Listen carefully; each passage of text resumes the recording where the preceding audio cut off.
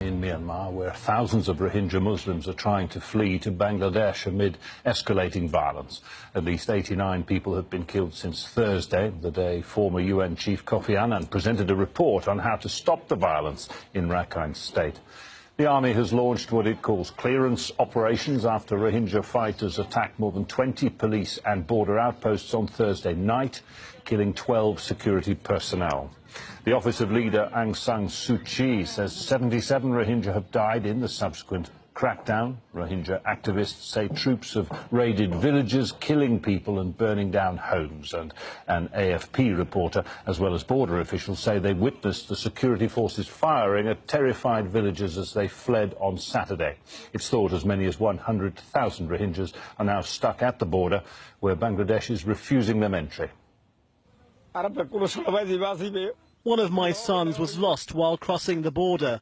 We could not tolerate the torture from the Myanmar government. They killed our people. Bodies were lying there. We were helpless there. The government's people burned our houses. They also killed our small children.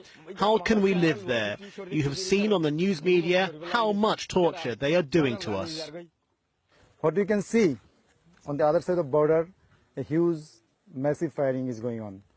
We heard the sound, and due to that effect, you can see a number of Rohingya people. They're coming down along the hills, along the barbed wire fence. They're sitting, you can see, right near to the zero line. We do not know exactly what happened on the other side. Well, looks like something wrong is there taking place. So these innocent civilians, especially women and children, they're rushing in numbers.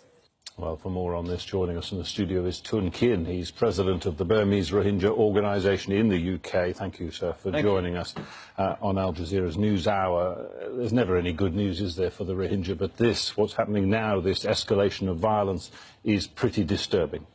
It's really disturbing. Is situation getting much worse even day by day. Since yesterday, according to our information, we received at least 400 Rohingya civilians killed by Burmese army, and thousands of Rohingya houses been burned down, and at least 40,000 Rohingya become IDPs, and approximately 100,000 Rohingyas are trying to flee from Burma to Bangladesh. And fleeing under fire. Why is it that you think that the military is firing at innocent civilians? I mean, they say they're firing at militants, of course, but clearly they're firing at large groups of fleeing civilians. Why? It's been actually decades of persecution Rohingya have been facing in Burma.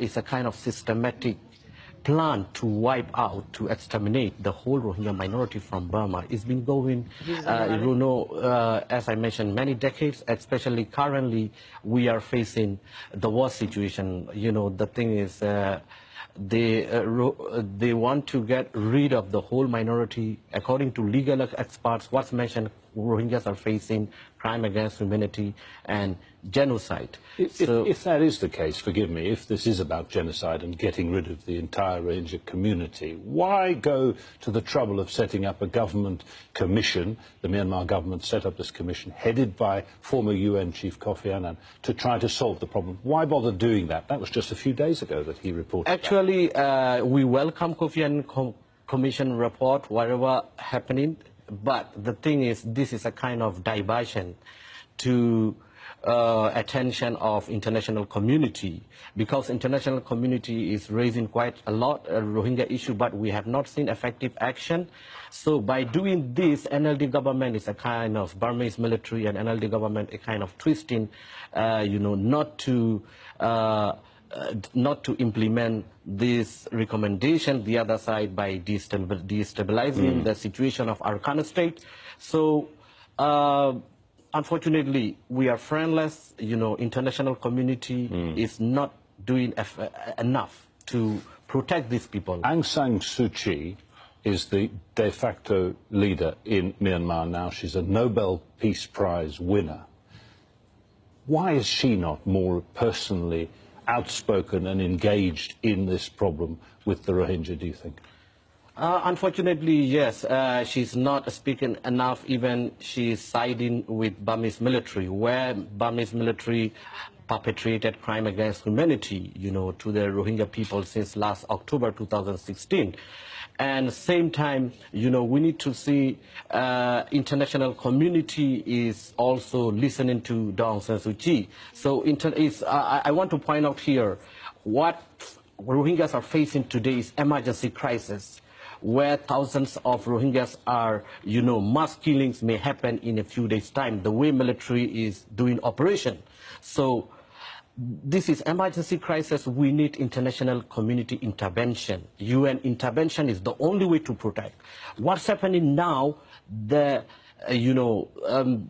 UN and other international community have to take immediate action. UN Security Council should discuss the issue, what's happening now against Rohingya by the militaries, and also, you know, otherwise it's going to be international community will be a kind of a big failure. Okay. So there is a kind of mass murder, you know, military will do, because same thing we have seen last October 2016. So the way what we are receiving from the ground is seriously worsening situation.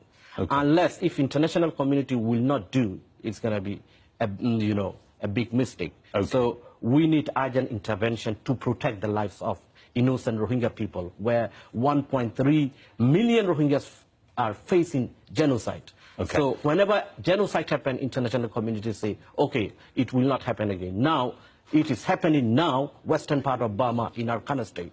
So we need urgent intervention from UN Security Council. Okay. Responsibility to protect lives of international community.